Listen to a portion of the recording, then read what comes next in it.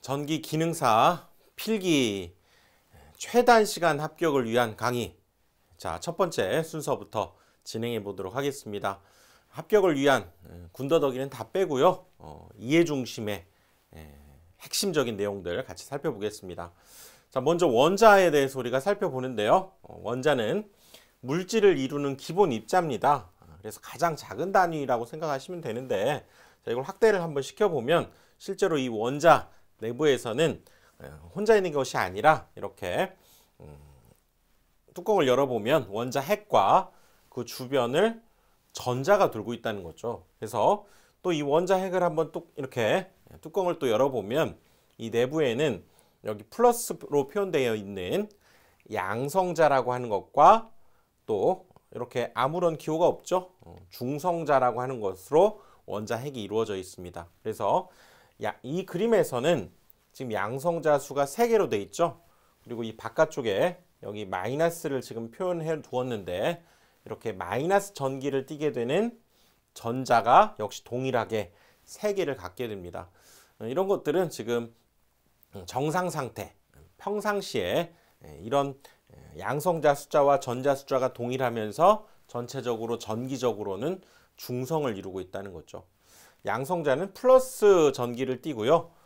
이 전자는 마이너스 전기를 띠게 됩니다. 그러면서 이 원자가 평상시에는 전기적으로 중성을 띠고 있는 거죠. 그래서 이제 용어 하나를 여러분 기억하셔야 되는데, 전하라는 말이 등장합니다. 전하는 전기 현상을 일으키는 물질의 물리적인 성질을 전하라고 하고요. 이렇게 원자 핵 주변에 저 전자도 일종의 전하라고 할 수 있죠. 이렇게 돌고 있습니다. 그래서 양성자의 질량에 비해서 전자의 질량은 여기 뭐 외울 필요는 없고요. 굉장히 얘가 적다는 걸 알 수 있습니다. 전자가 10의 -31제곱 정도 되는 굉장히 작은 질량을 갖고 있는데, 전하량은 좀 중요합니다. 여러분들 이건 기억을 해두시고요. 전자에 전기를 띠고 있는 양이라고 할 수 있겠죠. 그것은 1.602의 10의 -19제곱, 이것도 굉장히 적긴 하지만 이런 전기량을 띠고 있다. 그래서 이 수치는 좀 기억을 해두시는 게 좋습니다. 그래서 여기 보면 19 이렇게 있죠. 19. 그래서 앞으로 우리 전자에 대해서 우리 19처럼 생각해야 됩니다. 그렇게 생각하시면서 1.602의 10의 -19제곱, 19제곱 요거 기억하시고 쿨롱으로 읽습니다. 자, 요거 포인트로 여러분들 기억을 해두셔야 되고요. 그리고 원자는 이 정상 상태, 평상시에는 전기적으로 중성을 띠고 있습니다. 그러면 이 전기적인 현상을 만들어내는 원인이 바로 자유전자라고 하는 것에 있는데, 그것이 뭐냐? 이 원자 바깥쪽에 이렇게 여러 가지 궤도가 있습니다. 전자가 이렇게 돌고 있죠. 그래서 여기는 만약에 얘가 플러스 5의 전하를 갖고 있다 그러면 전자는 전체적으로 이렇게 5개 마이너스 5를 갖게 되면 전기적으로 중성을 띠겠죠. 그러면서 이렇게 원자 핵 주위를 전자가 이렇게 돌고 있습니다. 그래서 여기서 이 가장 바깥쪽에 있는, 가장 바깥쪽 궤도에 있는 전자들은 이렇게 얘가 밖에서 이렇게 들어오죠. 들어오기도 하고, 그러면 어떻게 됩니까? 여기에는 변화가 없겠죠. 즉 전자 하나가 늘어나면 얘는 마이너스 전기를 띠고 있기 때문에, 즉 마이너스 6이다 이렇게 우리가 직관적으로 생각해 볼 수 있겠죠. 그러면 전체적으로 이 원자는 마이너스 전기를 띠겠죠. 그래서 이 원자는 마이너스 전하를 갖게 되었다 이렇게 얘기를 합니다. 또 가장 바깥쪽에 있는 이 전하 중에서 얘가 이렇게 나가버리기도 하죠. 이렇게 움직입니다. 이 전자가 자유롭게 움직인다는 거죠. 그러면서 얘는 전체적으로 전자의 개수가 4개이니까 전기가 -4를 띠겠죠. 그러면 전체적으로 이 원자는 플러스 값이 더 강하기 때문에 플러스 전하를 띄었다 이렇게 얘기합니다. 자, 이런 성질이 바로 자유전자가 이동함으로써 전기를 띠게 되는 현상이 만들어지게 되는 거죠. 그래서 이 전기적인 현상이라고 하는 것은 이 원자에서 자유전자가 이동함으로써 전기 현상을 만들어내게 된다라고 하는 것입니다. 자, 이번에는 대전이라고 하는 용어를 여러분들 기억을 하셔야 되는데요. 자, 대전은 뭐냐? 뭐 이런 실험이 있습니다. 금속박 같은 경우를 이렇게 유리병 속에 두 개 두고 여기에다가 이렇게 유리막대를 손으로 문질러서 그러면 마찰 전기라고 들어보셨죠? 그렇게 되면 이 마찰에 의해서 여기에도 전하를 띠게 되는 전기적인 성질을 띠게 됩니다. 그래서 만약 이게 플러스 전하를 더 많이 갖고 있다고 하면 자, 여기는 일단 아무런 그렇죠? 자극이라든가 뭐 여러 가지 성질이 정상 상태라면 전기적으로 중성을 띠다가 이렇게 손으로 문질렀던 또는 천으로 문질렀던 이런 유리막대를 이렇게 가까이 대게 되면 그렇죠. 여기 전자를 얘가 끌어당기겠죠. 그러면서 여기 있던 전자가 이동함으로써 아하, 여기에는 중성이지만 이쪽에는 지금 보시면 금속박 끝에는 플러스 전하를 띠게 되면서 서로 이렇게 밀어내는 힘이 발생하게 됩니다. 아, 이런 걸 우리가 전기를 이끌어내는 이런 실험을 할 수 있는데요. 바로 이런 걸 통해서 전기를 띠게 되었다라고 하는 용어가 바로 대전입니다. 또는 이렇게 마이너스를 띠게 되는 것을 가까이 두게 되면 전자가 이제 밀려나면서 이 금속박은 마이너스를 이제 띠게 되겠죠. 그러면서 같은 전기를 띠게 되면 이렇게 밀어내는 힘을 우리가 반발력이다 이렇게 얘기합니다. 서로 밀어내게 되면서 여기에서 이런 전기적인 현상을 만들어내게 되는 거죠. 그래서 마이너스 전하를 띠게 되는 상황 이런 것들을 우리가 실험할 수 있습니다. 그래서 용어를 다시 한번 기억을 해 두셔야 되는데요. 대전은 외부의 어떤 영향으로 자유전자를 잃게 되면 양의 전기를 띠고 자유전자를 잃었다는 것은 마이너스가 줄어들었으니까 양의 전기를 띠겠죠. 또 자유전자를 얻게 되면 음의 전기를 띠게 되는데 이렇게 전자를 얻게 되면 음의 전기를 띠게 되는데 이러한 현상을 대전이라고 한다. 대전 기억을 하셔야 되고요. 또 전하량이라고 하는 것은 어떤 물체가 대전된 상태, 즉 전기를 띤 상태일 때 이 물체의 전기적인 량을 전하량이다라고 하고 단위로는 C라고 하는 그렇죠? C를 씁니다. C. 그래서 읽을 때는 과학자 이름이 있죠. 쿨롱이라는 사람의 이름을 따서 쿨롱이다 이렇게 읽습니다. 단위는 이렇게 전하량은 C다.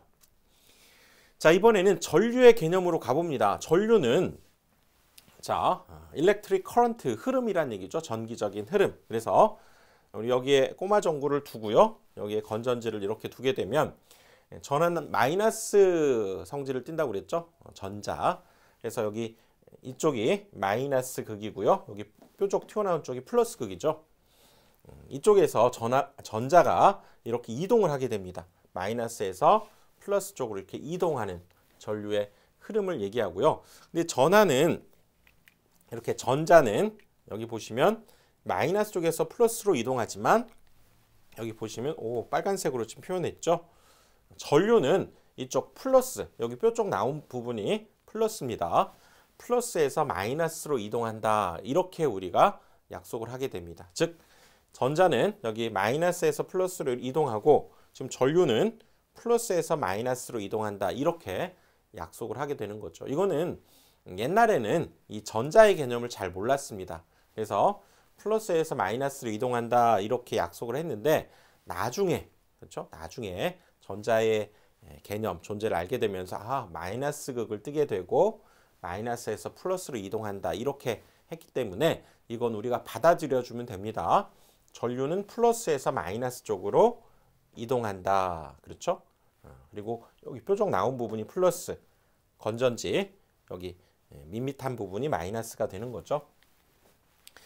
자, 이런 흐름을 우리가 전류다 이렇게 얘기하고요. 그래서 전류는 양 또는 음의 전하가 이동하는 현상을 전류다 이렇게 얘기하고 뭐 전류에도 양이 있겠죠. 그래서 그 양을 우리가 나타내는 단위를 A라고 쓰고요. 여기는 A라고 쓰고 읽을 때는 암페어라고 읽습니다.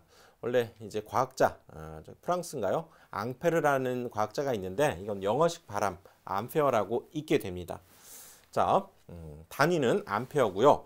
그래서 이제 앞으로 이런 기호에 여러분들이 익숙해지셔야 되는데 전류의 단위는 I를 쓸 겁니다. I.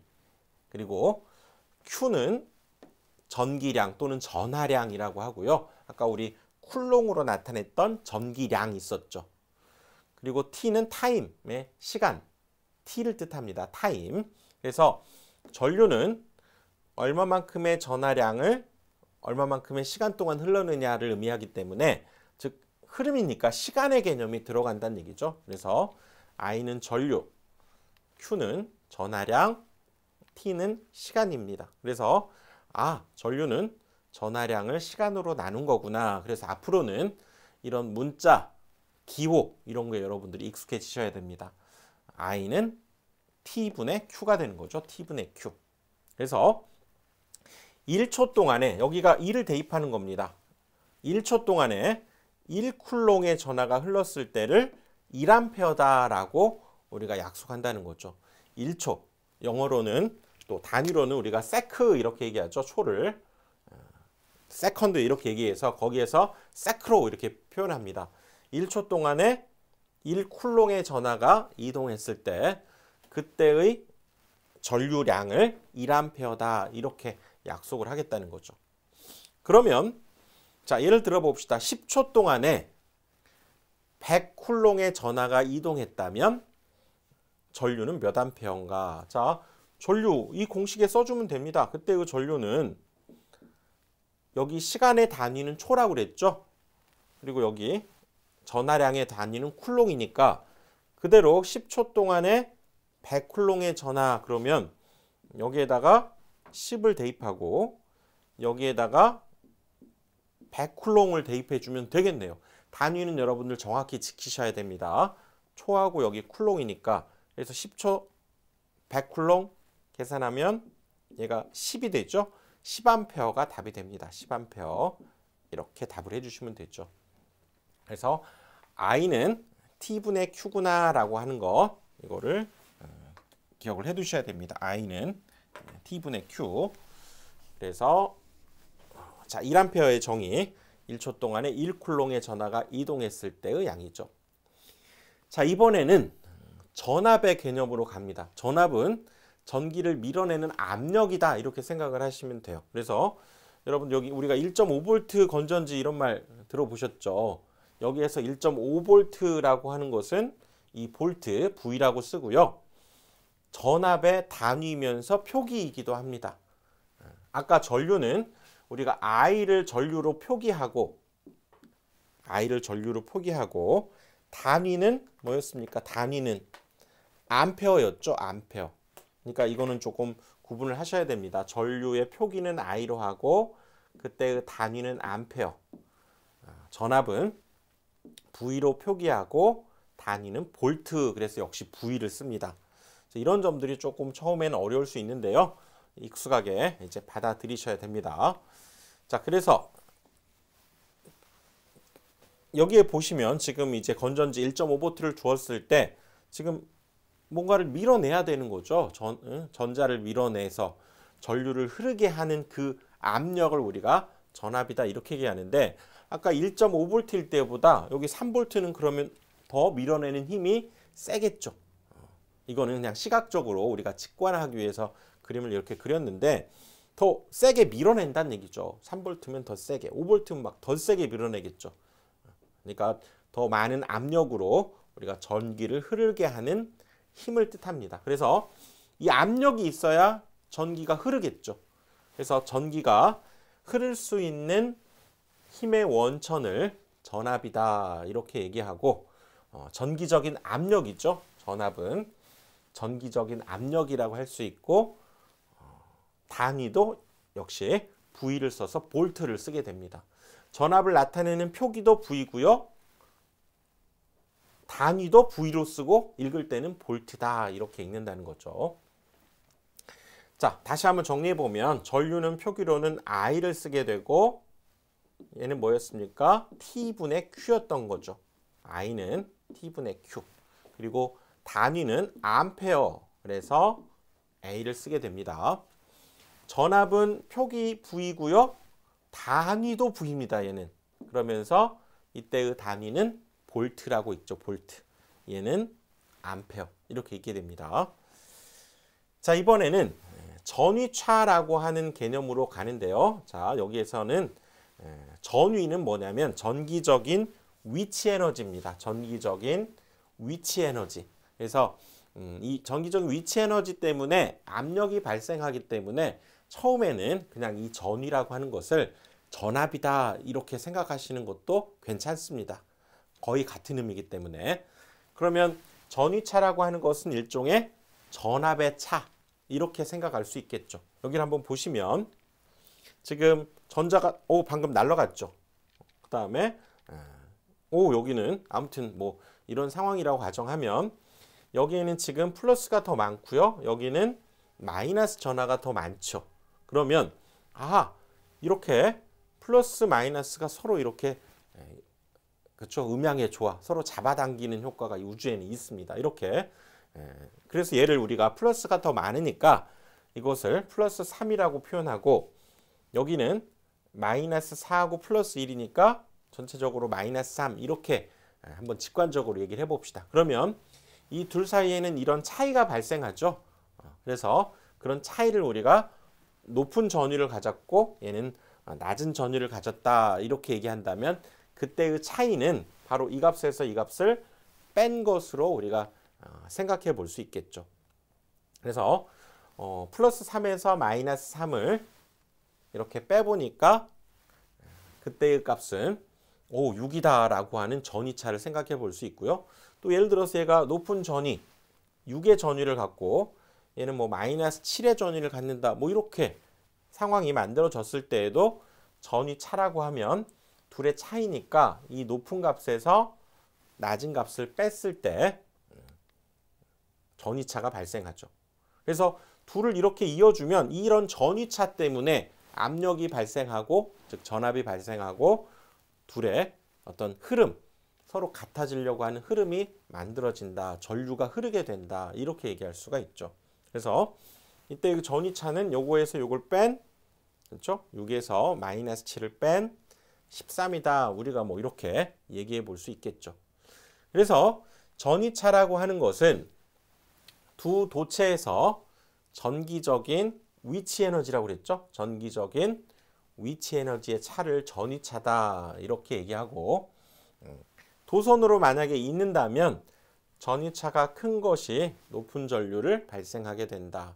즉 전위차가 세면 셀수록 더 큰 전류를 발생하고 전위차가 적으면 적은 전류를 발생하게 되겠죠. 자, 전위차라고 하면 둘 사이에 간단히 이런 압력의 차다 이렇게 생각하시는 것도 괜찮다고 그랬죠.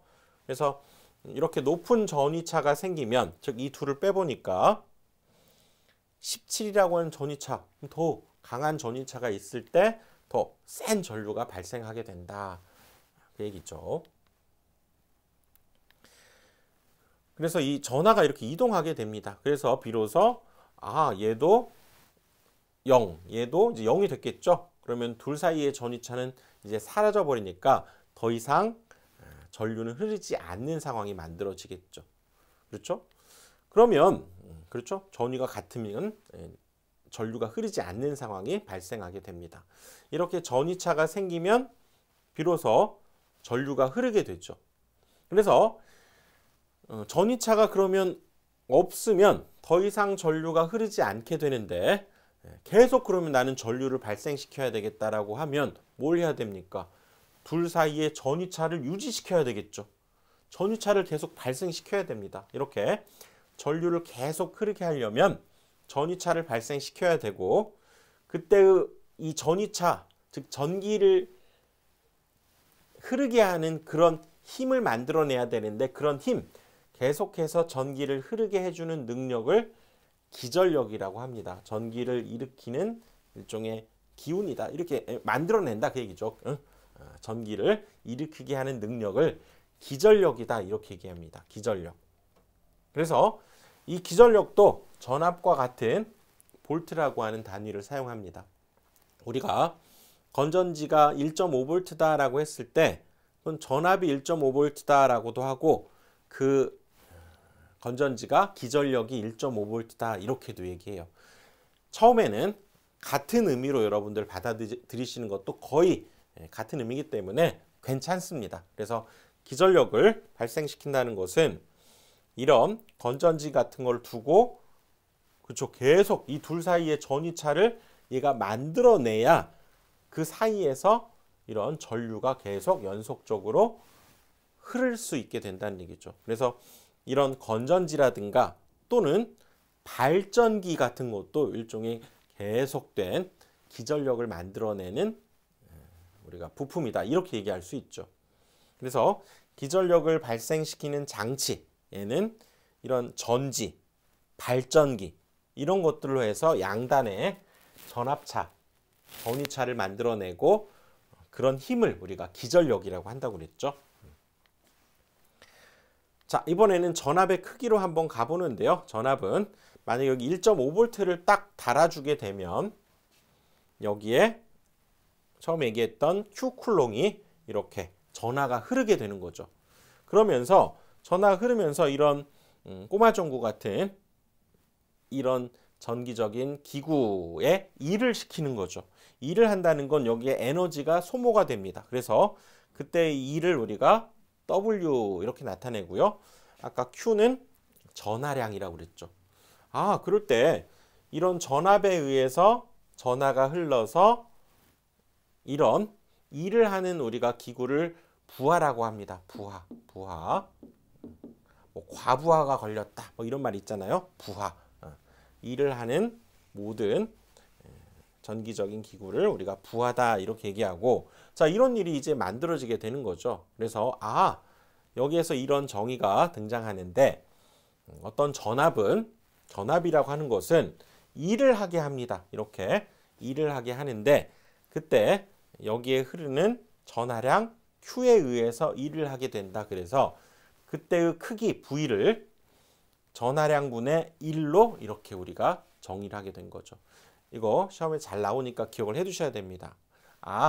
이런 전압은 전하량분의 1이구나. 즉 V는 Q분의 W구나. 전압은 전하량분의 1이구나. 이렇게 여러분들 기억을 해 두셔야 됩니다. 그래서 어떤 이런 도체에 Q쿨롱의 전기가 이동해서 W 줄, 자, 1은 에너지죠. 그러니까 단위가 J로 표현하고 읽을 때 줄로 읽습니다. 줄. 그래서 W 줄의 일을 하였다면 그때의 전위차, 그때의 전압을 우리가 이렇게 정의를 한 거죠. V는 Q분의 W.